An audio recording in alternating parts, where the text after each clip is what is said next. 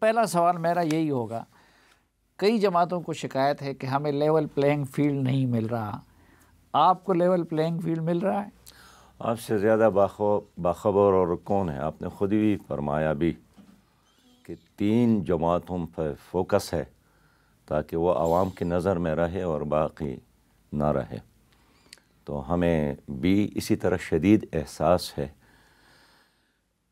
کہ جو ہماری کارکردگی ہے، جو ہماری پوزیشن ہے، جو ہمارا بیانیہ ہے، جو ہمارا ویژن ہے، کاش یہ بھی عوام کے سامنے پہنچ جائے، جو اس وقت نہیں پہنچ رہا ہے۔ ہم محنت کر رہے ہیں، دعوت دے رہے ہیں، لوگوں کے ساتھ رابطہ میں ہیں،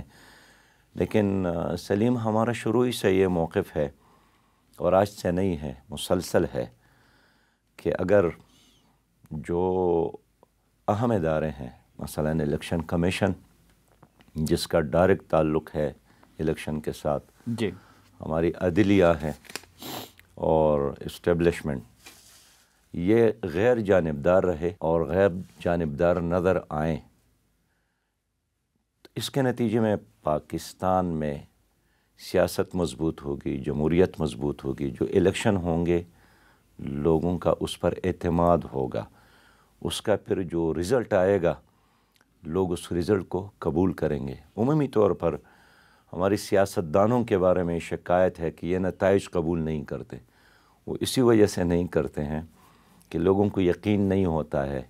کہ یہ شفاف الیکشن ہے۔ کاش یہ یقین لوگوں کو ہو جائے،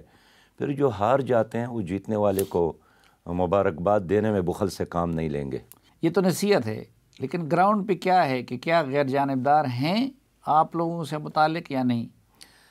یعنی ہمارا تو ڈیمانڈ ہے، اور میں اب بھی سمجھتا ہوں کہ یہ تمام ادارے، یعنی ایک ہے ریئلٹی، ایک ہے پرسیپشن،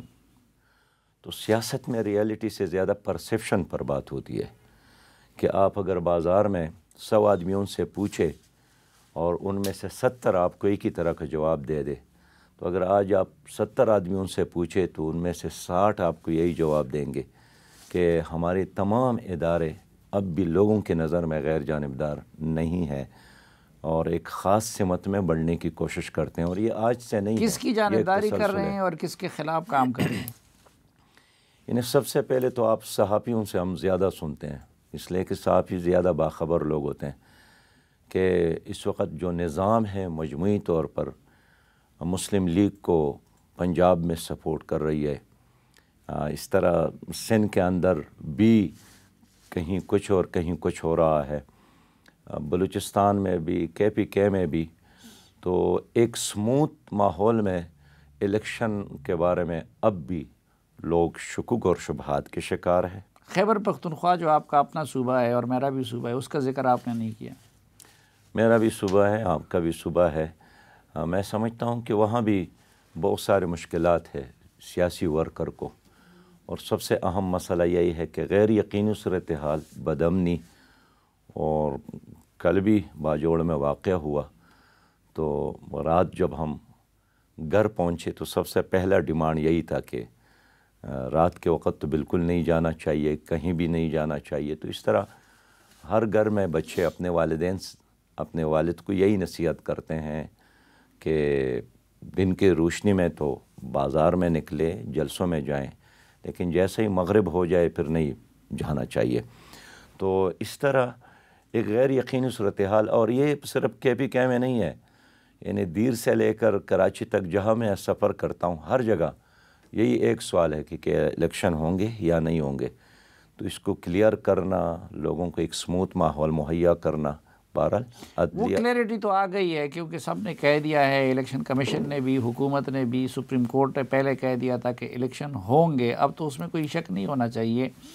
لیکن لیول پلینگ فیلڈ میں ایک امن و امان کا مسئلہ بھی آتا ہے۔ آپ پہ خود کچھ عرصہ پہلے خودکش حملہ ہوا، اللہ کا شکر ہے کہ اللہ نے آپ کو بچائے رکھا۔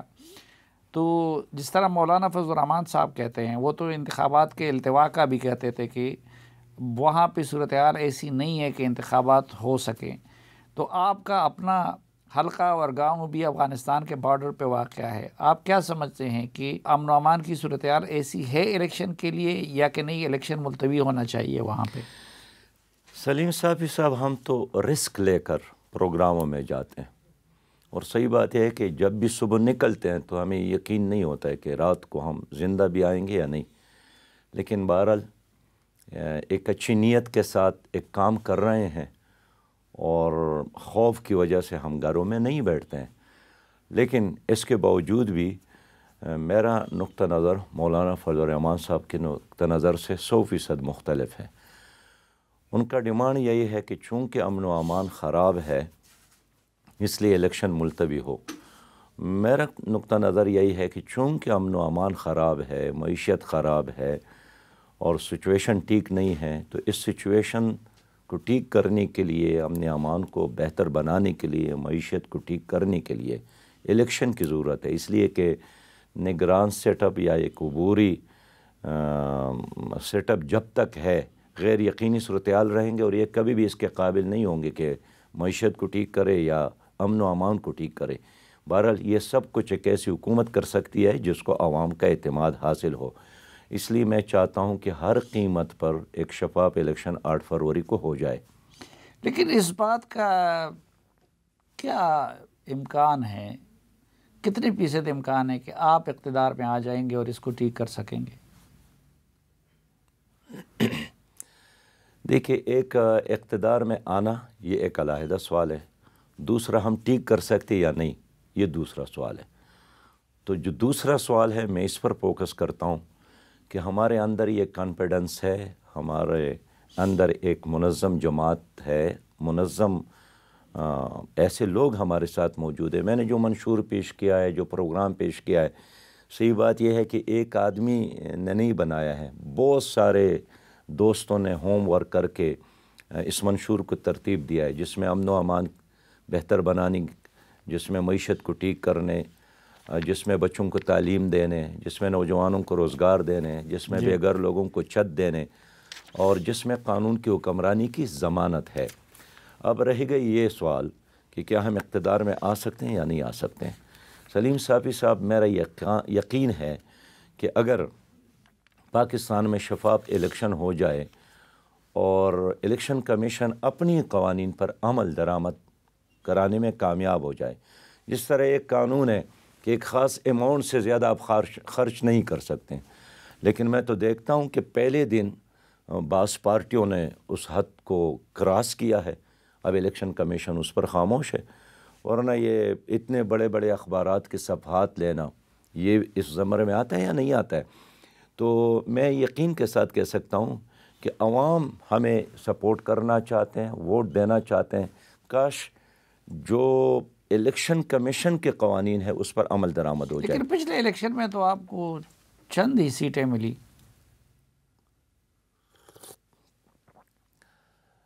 میں تو اس لیے تو ڈیمانڈ کرتا ہوں نا کہ ایک شفاف الیکشن ہو جائے۔ میں جب بھی الیکشن کی بات کہتا ہوں اس کے ساتھ لازماً یہ لفظ لگاتا ہوں کہ الیکشن سلیکشن نہ ہو بلکہ شفاف الیکشن ہو۔ تو 2018 کا سلیکشن تھا، 2018 کے الیکشن بھی لوگوں کا پرسیپشن یہ ہے، پرسیپشن تو کیا بلکہ یقین ہو گیا ہے کہ وہ بھی ایک فیئر الیکشن نہیں تھا۔ اور اس کے بارے میں آپ کو کیا یقین ہے کہ اس جیسا ہوگا یا اس سے مختلف ہوگا؟ اس کے بارے میں یعنی ابھی قبل از وقت ہے بات، لیکن میں ضرور یہ کہنا چاہتا ہوں کہ اگر شفاف الیکشن لوگوں کو نہیں ملا تو جو حکومت بنے گی وہ 2 سال بھی نہیں چل سکتی ہے، اس لیے کہ جب عوام کے مینڈیٹ کے بغیر کوئی حکومت بنتی ہے مصنوعی طریقے سے تو ان کا حشر یہی ہوتا ہے جو ماضی میں ہم نے دیکھا ہے۔ تو میں چاہتا ہوں کہ عوام پر اعتماد کرے، عوام اپنے لیے لیڈر چوائس کرے، پارٹی چوائس کرے، امیدواران چوائس کرے۔ ہمارا پورا جو نظام ہے ان کو عوام کے ساتھ جانا چاہیے۔